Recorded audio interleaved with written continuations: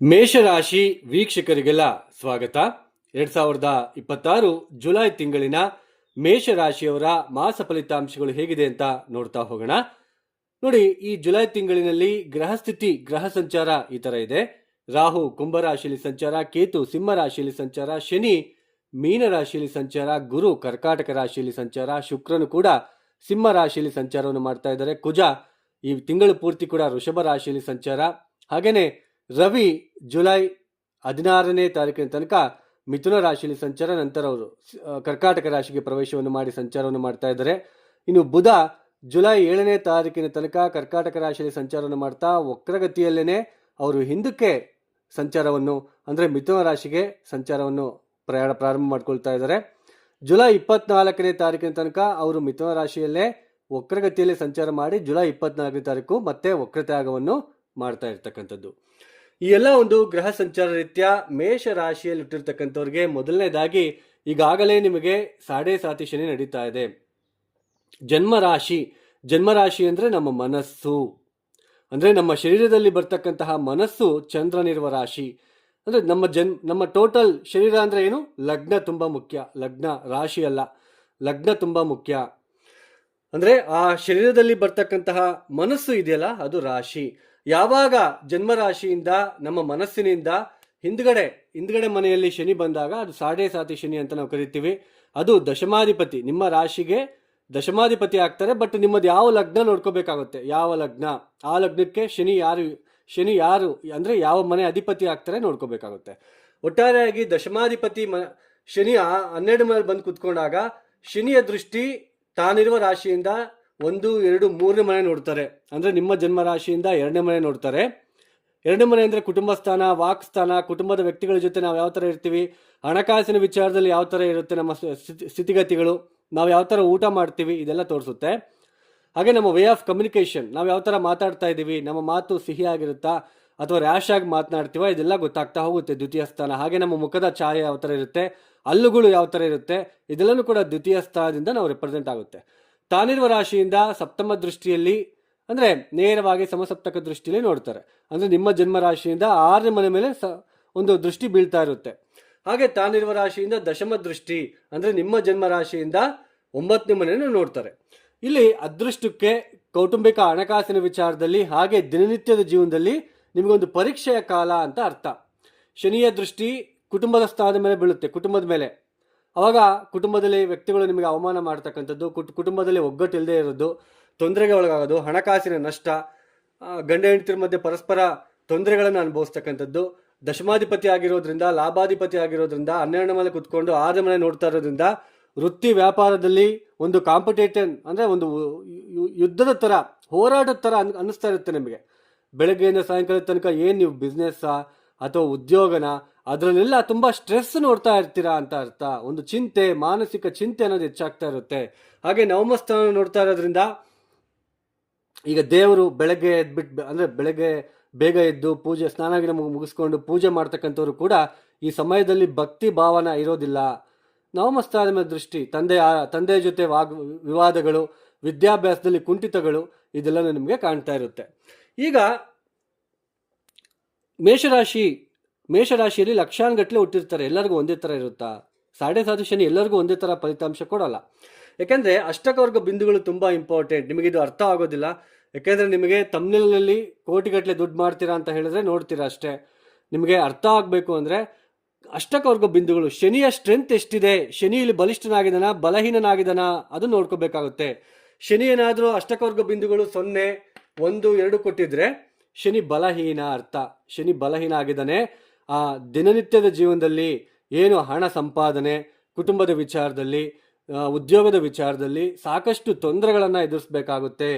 ಇದು ಈ ಸಮಯದಲ್ಲಿ ನಿಮಗೆ ಶನಿ ದಶ ನಡೀತಾ ಇದ್ರೆ, ನಿಮ್ಮ ಜಾತಕ ರೀತ್ಯ ಶನಿ ಮಹಾದಶನೂ ಕೂಡ ನಡೀತಾ ಇದ್ರೆ, ಒಂದು ಕಡೆ ಜನ್ಮರಾಶಿಯಿಂದ ಸಾಡೆ ಸಾತಿ ಶನಿ, ಇನ್ನೊಂದು ಕಡೆ ನಮ್ಮ ಜನ್ಮ ಜಾತಕದಲ್ಲಿ ಶನಿ ಮಹಾದಶ, ಇವಾಗ ಡಬಲ್ ಇಂಪ್ಯಾಕ್ಟ್ ಆಗುತ್ತೆ. ಅವಾಗ ಮತ್ತಷ್ಟು ತೊಂದರೆಗಳನ್ನ ಅನುಭವಿಸ್ಬೇಕಾಗುತ್ತೆ. ಅಷ್ಟಕವರ್ಗ ಬಿಂದುಗಳು ತುಂಬಾ ಮುಖ್ಯ. ಹಾಗೇನೆ ಅರ್ಧಾಷ್ಟಮ ಗುರು, ಚತುರ್ಥ ಸ್ಥಾನದಲ್ಲಿ ಗುರು ಬಂದಿರೋದು ಒಂದು ಕಡೆ ಮನೆ ವಿಚಾರ, ಮನೆ ದುರಸ್ತಿ ಕಾರ್ಯಕ್ರಮಗಳನ್ನ ಮಾಡ್ಕೊಳ್ಳೋದಕ್ಕೆ, ಮತ್ತೆ ಮನೆ ಸೈಟ್ ತಗೊಳೋದಕ್ಕೆ, ಮತ್ತಾಮೇಲೆ ಮನೆ ಕಟ್ಟಲು ಪ್ರಾರಂಭ ಮಾಡೋದಕ್ಕೆ ಸ್ವಲ್ಪ ಅನುಕೂಲ ಕೊಡ್ತಾರೆ. ಬಟ್ ಅರ್ಧಾಷ್ಟಮ ಗುರು ಆಗಿರೋದ್ರಿಂದ, ಚತುರ್ಥ ಸ್ಥಾನದಲ್ಲಿ ಗುರು ಬಂದಿರೋದ್ರಿಂದ, ವ್ಯಯಾಧಿಪತಿ ಕೂಡ ಆಗೋದ್ರಿಂದ ನಿಮಗೆ ಖರ್ಚುಗಳು ಜಾಸ್ತಿ. ಸಾಲ ಮಾಡಿ ಮನೆ ಕಟ್ಟೋದು, ಸಾಲ ಮಾಡಿ ಮನೆ ದುರಸ್ತೀಕರಣ ಮಾಡೋದು, ಅಥವಾ ಸಾಲ ಮಾಡಿ ವೆಹಿಕಲ್ ತಗೊಳೋದು, ಈ ಥರ ಇರುತ್ತೆ. ಒಟ್ಟು ಗುರು ಚತುರ್ಥ ಸ್ಥಾನಕ್ಕೆ ಬಂದಾಗ ಮನೆ ಅಥವಾ ವೆಹಿಕಲ್ಲು ಏನೋ ಒಂದು ನಿಮ್ಮ ಕಂಫರ್ಟ್ಗೋಸ್ಕರ ಏನೋ ಒಂದು ಮಾಡ್ಕೊಳ್ತೀರಾ, ಬಟ್ ಸಾಲ ಕೂಡ ಇರುತ್ತೆ. ಆ ಸಾಲದಿಂದ ಮನಃಶಾಂತಿ ಇರೋದಿಲ್ಲ. ಅರ್ಧಾಷ್ಟಮ ಗುರು, ಇದನ್ನ ಅರ್ಥ ಮಾಡ್ಕೊಳ್ಳಿ. ಹಾಗೇನೆ ಗುರು ದಶಮ ಸ್ಥಾನ ನೋಡ್ತಾ ಇರ್ತಾರೆ. ಗುರು ತಾನಿರುವ ರಾಶಿಯಿಂದ 1, 2, 3, 4, 5 ಪಂಚಮ ದೃಷ್ಟಿ, ಹಾಗೆ ತಾನಿರುವ ರಾಶಿಯಿಂದ ಸಪ್ತಮ ಅಂದ್ರೆ ನಿಮ್ಮ ಜನ್ಮ ರಾಶಿಯಿಂದ ದಶಮ, ನಿಮ್ಮ ಜನ್ಮ ರಾಶಿಯಿಂದ ಅಷ್ಟಮ, ನಿಮ್ಮ ಜನ್ಮ ರಾಶಿಯಿಂದ 12 ಮನೆ ಮೇಲೆ ಗುರು ದೃಷ್ಟಿ ಬೀಳ್ತಾ ಇರುತ್ತೆ. ಈ ವೃತ್ತಿ ವ್ಯಾಪಾರ ಏನ್ ಮಾಡ್ತಾ ಇದ್ದೀರ, ಕೆಲಸದ ನಿಮಿತ್ತ ದೂರದ ಪ್ರದೇಶಗಳಿಗೆ ಹೋಗಬೇಕಾಗಿರೋ ಪರಿಸ್ಥಿತಿ, ವಾಸಸ್ಥಳ ಬದಲಾವಣೆ ಆಗ್ತಕ್ಕಂತಹ ಪರಿಸ್ಥಿತಿಗಳು ಎದುರಿಸುವ ಸಾಧ್ಯತೆಗಳು ಹೆಚ್ಚಾಗಿ ಕಂಡು ಬರ್ತಾ ಇರುತ್ತೆ. ಆಮೇಲೆ ಈ ತಿಂಗಳಿನಲ್ಲಿ ಈ ಮೇಷರಾಶಿಯಲ್ಲಿ ಹುಟ್ಟಿರ್ತಕ್ಕಂಥವ್ರಿಗೆ 2ನೇ ಮನೆಯಲ್ಲಿ ಕುಜ ಸಂಚಾರ, ಶನಿಯ ದೃಷ್ಟಿ ಬೀಳುತ್ತೆ. ಆಕಸ್ಮಿಕ ಕುಜ ಏನ್ ಮಾಡ್ತಾನೆ, ಕುಜ ಮೊದಲೇ ರ್ಯಾಶ್, ಶನಿ ದೃಷ್ಟಿ ಬೇರೆ ಬೀಳ್ತಾ ಇರೋದು.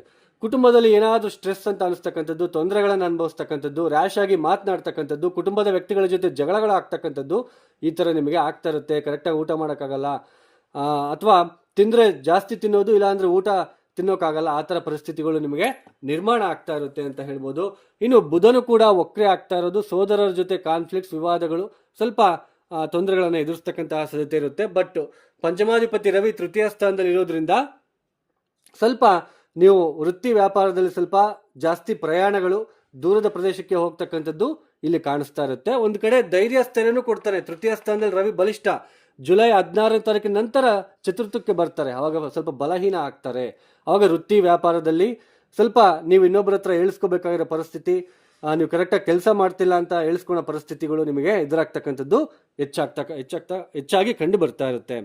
ಇನ್ನು ಶುಕ್ರ ಪಂಚಮ ಸ್ಥಾನದಲ್ಲಿ ಸಂಚಾರ, ರಾಹುವಿನ ದೃಷ್ಟಿ. ಒಂದು ಕಡೆ ಸ್ವಲ್ಪ ಹಣ ಓಕೆ ಬರುತ್ತೆ, ಹಣದ ವಿಚಾರದಲ್ಲಿ ಸ್ವಲ್ಪ ಓಕೆ.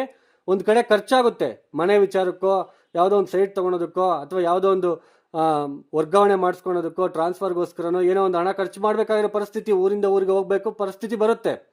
ಹಾಗೆಯೇ ದ್ವಿತೀಯ ಸ್ಥಾನದ ಮೇಲೆ ಕುಜ ಇರೋದು ಮತ್ತೆ ಶನಿ ದೃಷ್ಟಿ ಇರೋದ್ರಿಂದ ಹಣ ವಿಪರೀತ ಖರ್ಚಾಗ್ತಾ ಇರುತ್ತೆ. ಒಂದು ಕಡೆ ಶುಕ್ರ ಸ್ವಲ್ಪ ಹಣ ಕೊಟ್ಟರು ಖರ್ಚುಗಳು ಜಾಸ್ತಿ, ಪ್ರಯಾಣಗಳು ಜಾಸ್ತಿ, ಮನಃಶಾಂತಿ ಇರೋದಿಲ್ಲ. ಸ್ವಲ್ಪ ಮನೆ ದುರಸ್ತೀಕರಣ. ಗುರು ಜೂನ್ ತಿಂಗಳಲ್ಲೇ ಬಂದಿರ್ತಾರೆ. ಚತುರ್ಥ ಸ್ಥಾನಕ್ಕೆ ಬಂದಾಗ ಜೂನ್ 2ನೇ ತಾರೀಕಿನಿಂದನೂ ಕೂಡ ನಿಮಗೆ ಸ್ವಲ್ಪ ಮನೆ ವಿಚಾರದಲ್ಲಿ ಏನಾದರೂ ದುರಸ್ತಿ ಮಾಡಿಸ್ಬೇಕು, ರಿಪೇರಿ ಮಾಡಿಸ್ಬೇಕು, ಬದಲಾವಣೆ ಮಾಡ್ಕೋಬೇಕಂತ ಓಡಾಡ್ತಾ ಇರ್ತೀರ. ಸೊ ಇದು ಈ ಒಂದು ಗುರುವಿನ ಒಂದು ಇದು ಅಂದರೆ ಹಣಕಾಸಿನ ವಿಚಾರದಲ್ಲಿ ಗುರು ನಿಮಗೆ ಅಷ್ಟೊಂದು ಹೆಲ್ಪ್ ಮಾಡಲ್ಲ, ಬಟ್ ಸಾಲ ಮಾಡಿ ಏನಾದರೂ ತಗೋಬೇಕಾಗಿರುತ್ತೆ ವಸ್ತುನ. ಸೊ ಆ ಥರ ನಿಮ್ಮ ಒಂದು ಕಂಫರ್ಟ್, ಹ್ಯಾಪಿನೆಸ್ಗೋಸ್ಕರ ವೆಹಿಕಲ್ಲೋ, ಮನೆನೋ, ಅಥವಾ ನೀವು ಮನೆ ಚೆನ್ನಾಗಿಲ್ಲ, ಇನ್ನು ಸ್ವಲ್ಪ ಏನು ದುರಸ್ತಿ ಮಾಡಿಸ್ಬೇಕು, ರಿಪೇರಿ ಮಾಡಿಸ್ಬೇಕು ಅಂತ ಹೇಳ್ಬಿಟ್ಟು ನಿಮಗೆ ಆ ಥರ ಆಗ್ತಾ ಇರುತ್ತೆ. ಒಟ್ಟಾರೆಯಾಗಿ ಮೇಷರಾಶಿಯವರಿಗೆ ಈ ಥರ. ಬಟ್ ಜನ್ಮ ಲಗ್ನ ನಮಗೆ ತುಂಬ ಇಂಪಾರ್ಟೆಂಟು. ಲಗ್ನ ಅಂದರೆ ಟೋಟಲ್ ಬಾಡಿ, ರಾಶಿ ಅಂದರೆ ಚಂದ್ರನಿರ್ತಕ್ಕಂಥದ್ದು, ಅದು ನಮ್ಮ ಮನಸ್ಸು, ಅಂದರೆ ನಮ್ಮ ಆ ಶರೀರದಲ್ಲಿ ಬರ್ತಕ್ಕಂತಹ ಆ ಮನಸ್ಸು ರಾಶಿ ಆಗಿರುತ್ತೆ. ಆ ಮನಸ್ಸು ಕೆಟ್ಟೋಗ್ತಾ ಇರುತ್ತೆ. ಈ 7.5 ಶನಿ ಬಂದಾಗ ಚಂದ್ರ ಅಲ್ವಾ, ಮನಸ್ಸು ಕೆಡ್ತಾ ಹೋಗುತ್ತೆ, ಅವಮಾನ ಅಪವಾದಗಳನ್ನು ನೋಡಬೇಕಾಗುತ್ತೆ. ಇನ್ನು ನೀವು ಪರಿಹಾರ ಅಂತ ಬಂದಾಗ ಏನು ಮಾಡ್ಕೊಂಡ್ರೆ ಹೆಲ್ಪ್ ಆಗುತ್ತೆ, ವೀರಭದ್ರ ದರ್ಶನ ಮಾಡ್ಕೊಳ್ಳಿ, ವೀರಭದ್ರನಿಗೆ ಈಡ್ಗ ಹೊಡೆಯೋದು. ಹಾಗೆಯೇ ಪ್ರತಿನಿತ್ಯ ಕಾಲಭೈರವ ಗಾಯತ್ರಿ ಮಂತ್ರ ಪಠನೆ ಮಾಡಿ. ಶನಿ ನಿಮಗೆ ಕರ್ಮ ತೊಂದರೆ ಮಾಡೋಕ್ಕೆ ಬಂದಿರೋದು, ಶನಿ ಹತ್ರ ಹೋಗಬೇಡಿ, ಕಾಲಭೈರವನ ಹತ್ರ ಹೋಗಿ ಕಾಲಭೈರವ ಗಾಯತ್ರಿ ಮಂತ್ರ ಪಠನೆ. ಆ ಕಾಲಭೈರವ ದೇವಸ್ಥಾನದಲ್ಲಿ ಬೂದ್ಗುಂಬಳಕಾಯಿ ದೀಪ ಹಚ್ಚೋದು, ಎಳ್ಬತ್ತಿ ಹಚ್ಚೋದು ಮಾಡ್ತಾ ಬನ್ನಿ. ಹಾಗೆಯೇ ಇಲ್ಲಿ ಒಂದು ಕಿವಿ ಮಾತು, ಉಂಗುರಗಳನ್ನು ಹಾಕೋಬಿಡಿ, ಇದರಿಂದ ಏನು ಹೆಲ್ಪ್ ಆಗಲ್ಲ. ಅದೇ ನೀವು ಓಂ ನಮಃ ಶಿವಾಯ ಚಾಂಟ್ ಮಾಡಿ ಮತ್ತು ಕಾಲಭೈರವ ಗಾಯತ್ರಿ ಮಂತ್ರ ನೀವು ಪ್ರತಿನಿತ್ಯ ಬೆಳಗ್ಗೆ 108 ಸಲ, ಸಾಯಂಕಾಲ 108 ಸಲ ಮಾಡ್ಕೊಳ್ಳಿ, ನಿಮಗೆ ತುಂಬ ಹೆಲ್ಪ್ ಆಗುತ್ತೆ. ಆಮೇಲೆ ಅಷ್ಟಕವರ್ಗ ಬಿಂದುಗಳನ್ನು ಯಾರು ಕೂಡ ನೋಡೋದಿಲ್ಲ, ತುಂಬ ಮುಖ್ಯ. ಆ ಪ್ಲಾನೆಟ್ ಸ್ಟ್ರೆಂತ್ ನೋಡ್ದೇ ಸುಮ್ಮನೆ ಹಣವನ್ನು ನಷ್ಟ ಮಾಡ್ಕೊಳ್ತೀರಾ. ಉಂಗುರ, ಹೋಮ ಅದೆಲ್ಲನೂ ಎಲ್ಲರಿಗೂ ಆಗ್ಬರೋದಿಲ್ಲ. ಈಗ ಗುರು ಕರ್ಕಾಟಕ ರಾಶಿ ಜಲತತ್ವ ರಾಶಿಯಲ್ಲಿದ್ದಾರೆ. ಗುರು ಗ್ರಹಕ್ಕೆ ಹೋಮ ಅವಶ್ಯಕತೆ ಇರೋದಿಲ್ಲ, ಯಾಕೆಂದರೆ ಗುರು ಜಲತತ್ವ ರಾಶಿಯಲ್ಲಿದ್ದಾರೆ. ಅರ್ಥ ಮಾಡ್ಕೋಬೇಕು, ಲಾಜಿಕಾಗಿ ಥಿಂಕ್ ಮಾಡ್ಕೊಳ್ತಾ ಪರಿಹಾರ ಕರೆಕ್ಟಾಗಿ ಮಾಡ್ಕೊಳ್ತಾ ಹೋದರೆ ಹೆಲ್ಪ್ ಆಗ್ತಾ ಹೋಗುತ್ತೆ.